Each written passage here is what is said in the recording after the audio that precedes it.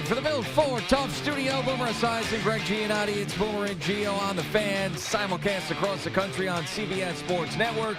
And wherever you are in the free Odyssey app. Good Wednesday morning. The Mets run continues with a huge Game 1 win against the Milwaukee Brewers in the Wild Card Series in Milwaukee. I didn't know what they were going to look like. I didn't know what this celebration was going to do. I didn't know all that travel, if it was good for them or not, but they came rolling into Milwaukee, and they beat the Brewers in impressive fashion, a 5-run fifth that really turned this whole thing with a Jose Iglesias hustle play that led to this 2-out rally. And, man, I tell you, this team and the situations that they have been in with their backs up against the wall constantly. They get down 2-0 early. Severino looks like he's going to have one of these miserable postseason starts. He settles in. He gets better. They bounce right back, score some runs.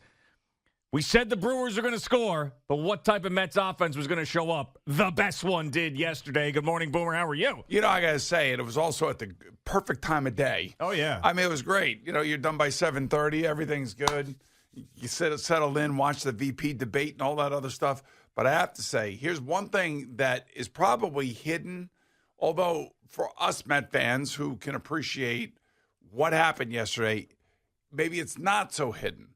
One of the things that happened yesterday, and I know it's frustrating for the player that I'm going to talk about, but the player did exactly what he had to do, and that is Pete Alonso. They don't want to pitch to him. So, you know, you can imagine how much pent-up frustration he probably has. Like, he wants to hit home runs. And, you know, if you told me that both he and Francisco Lindor, and I think Lindor went hitless as well, and the Mets were going to put up 8 runs, I would tell you that's exactly the kind of thing that you want to have happen. With no home runs. Right. Eventually, they're going to get going, right? Yeah. They will. Hopefully, they'll get going, and things are going to be going well. But, you know, he walks 3 times. And now all of a sudden, Vientos comes up. All the guys behind him come up. J.D. Martinez comes up. I mean, and they get hits, and they keep moving the batting order, and that's exactly what you want. As much as I want Pete Alonso hitting home runs and knocking runs in, if they're not going to pitch to him and he's going to take 3 walks, and the guys behind him are going to come through, then I'm totally good with that. And I felt like yesterday Pete Alonso was very disciplined. Let's put it that way. And that's a part of what's going on here, because other players are stepping up, and I can't reiterate just how out of this, not that the Mets are lucky, but the performance that they're getting out of Vientos. Again, Yeah, I mean, how about everybody that contributed?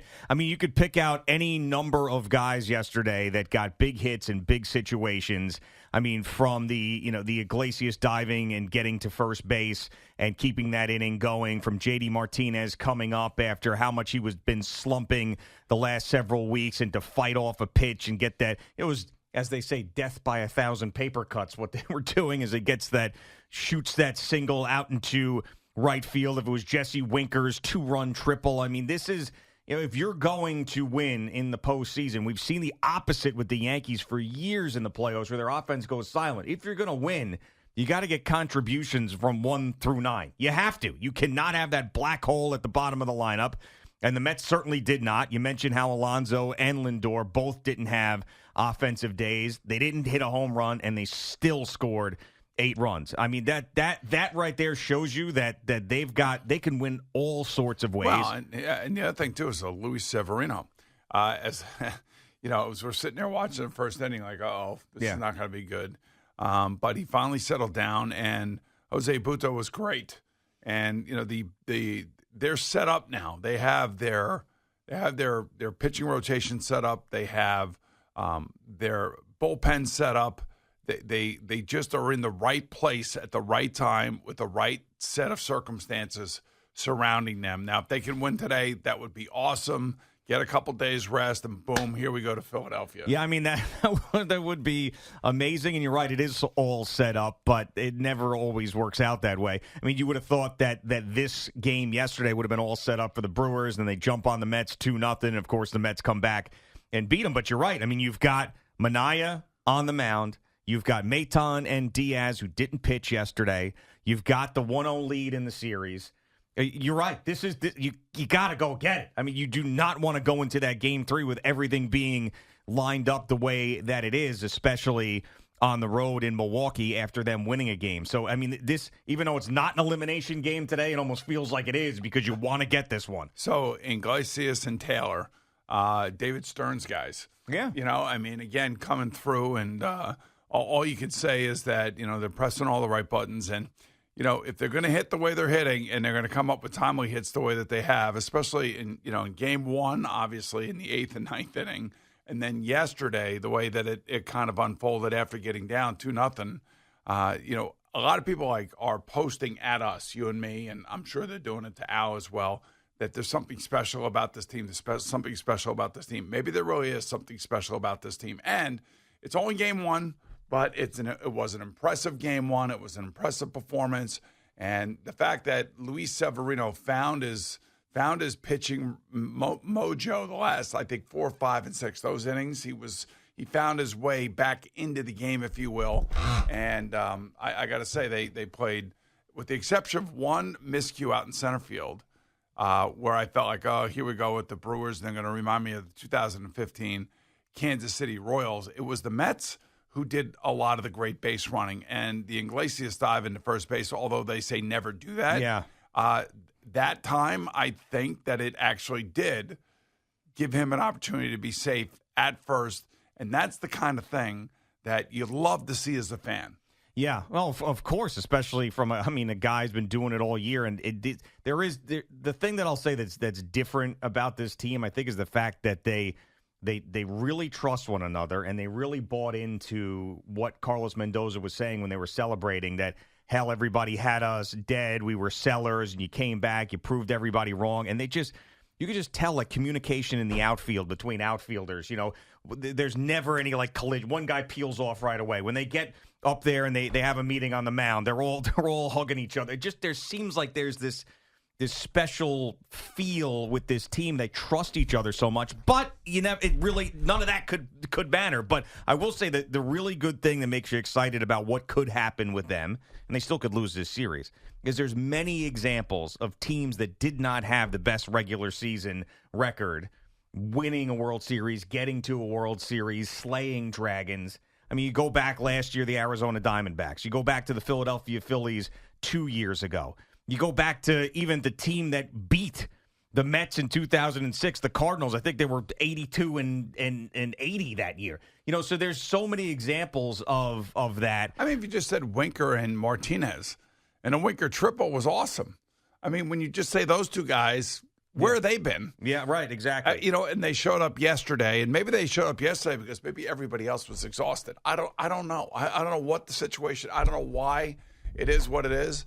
But when that ball goes into the right field corner and it's carrying around down there, and it's they're flubbing around. I mean, and runs are scoring, and he goes to third. It's like you could just see that now all of a sudden everybody's got a little bit of skin in the game. Well, yeah, and also that was your big take with Presses Achua, skin in the game. You wanted that skin in the game. Get that skin. See? There's Precious Achua's card right there, baby. It's not going to leave me. He's right here with me. We got him. We kept him. He's still there. Yes. And of course, you mentioned the Winker triple, which leads to this back and forth with Willy Adames of the Milwaukee Brewers. And it's funny, if you haven't seen the John Boy breakdown, you got to watch the John Boy breakdown. And I don't know what was the impetus for Winker rounding second and screaming expletives. I don't know if him and Adames don't get along. I don't know if it was just one of those like outbursts because he was so happy about his hit, but Adames takes exception to it. They go back and forth. Winker, what are you going to do? Adames, meet me in the parking lot. F you, mother effer, all this stuff. It's funny. They were interviewing Christian Yelich in between innings, and Christian said, hey, I don't need to get in the middle of that. You saw what happened. Right, exactly. So there's got to be some sort of personal beef between those two, maybe from when they were previous teammates. Yeah. Who knows? And apparently, all the Mets beat writers are tweeting that they hate Winker there in Milwaukee like we hated him when he was not a Met. So they were booing him and getting all over him. So why does everybody hate Winker? Well, because he's one of those. Winker's a dude. He looks just like a normal why? dude. Well, because he's an agitator. He's like He's one of those classic. You hate him when he's on somebody else's team. You love him when he's on your team. He's like, he's like Sean Avery. So, I was going to say he's our Sean Avery in a baseball uniform. Right, and he was that's the kind of guy you want. Don't you want a guy with edge? I never said I didn't want a guy with edge. I love it. Yeah, absolutely. It reminds me of our softball team. I would say that, we were really buttoned up, and normally we would play very fundamental softball. But we always had that. We had Kirshner. Remember the guy Kirsch? Oh, yeah. Jerry's buddy, the comedian. Mm-hmm. That guy was running all over the place like a freaking Tasmanian devil. Yeah. He was our Jesse Winker. Yeah. You remember the softball team better than you remember your NFL career. I know, because I was a little bit more in charge.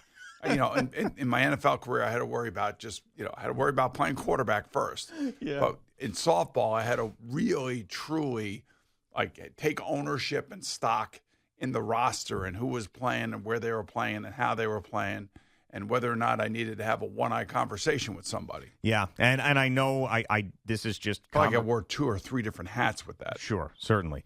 And I know what you're going to say, and I said it yesterday, and I am not looking ahead or past. I'm just stating the fact that how much fun it would be to have a Mets-Phillies NLDS. How much fun. Now, I'm not saying they're done. I'm not saying it's happening. I know they got to win another game. But that would be a lot of fun. I'd be disappointed if they didn't get to that point. And I know how good the Phillies have been, and the Mets would be big underdogs. I don't care. I want a piece of that. That's what I want. But one pitch, one inning, one at bat, one game at a time. Yes. Thank you. All right. I'm not even going to respond to that. Hey, man, I'm not. What are you supposed to do? I'm not responding. Not get excited, not look ahead, not be positive about it. I am. I'm excited about looking ahead to today's game. Yeah. Okay. I know. I mean, just keep it simple. You don't have to complicate things. I'm not complicating things. Just keep it simple. I mean, if you listen, I'm not complicating things. Sounded complicated to me. I'm just saying the winner of this series plays the Philadelphia Phillies. Yeah, we know what goes on. All right, so exactly. I'm saying it from a Mets perspective. Give me some of that. Did you see the Brewers manager talking about his starting pitcher?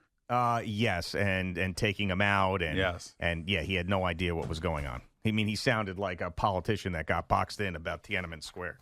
Yeah, he kind of did. Yes, he did. That's what it sounded like. Oh, just a knucklehead. I mean, that didn't it? I mean, he was Pat Murphy, who is well respected in the game. I love Pat Murphy. I told you I interviewed him. Yeah. And I love the guy. I love his story, and he's a baseball guy through and through. He's like a Don Zimmer. He's like a Terry Collins. He's that type of guy. Yeah. Mm-hmm. Yeah. I agree. And it was the questions were asked, and he basically he didn't seem like he had a understanding of where his starting pitcher was in the game when he was taken out, and it cost him. So that's their problem now, and to figure it out. And they got the Brewers have had a history of bowing out early in the playoffs. It's one of those things you talk about a tension of a fan base in a building. That's going to be there today in Milwaukee. Like, here we go again, another one of these situations where we feel like we have this great team. They have the T-shirts, undaunted, and we're different. We're going to play the game this way. The average Joes. Yeah, the average Joes and the Patches O'Houlihan and all this stuff could be evaporated in 2 games. Well, and you're going to feel that in that building today. And the Mets have to go in there, and they got to take control, and they got to use that tension that's out there in Milwaukee to their advantage. Yes. Well, I hope so, but it's like you're only as good as your next day's pitcher. And I think we got a good pitcher on the mound. Well, yeah, I mean, a guy who, if I could throw anybody out there, he would be the guy. Well, David Peterson. Yeah, I still think I'd say Manaea. Peterson's right there, and he was awesome the other day. Peterson's been great all year. I mean, there's not a wrong answer there, but that's a good problem to have. Certainly a good problem to have. Yeah, lots of decisions. Yeah, man, I tell you, and to be down 2-0 after all that travel, and then just come roaring right back.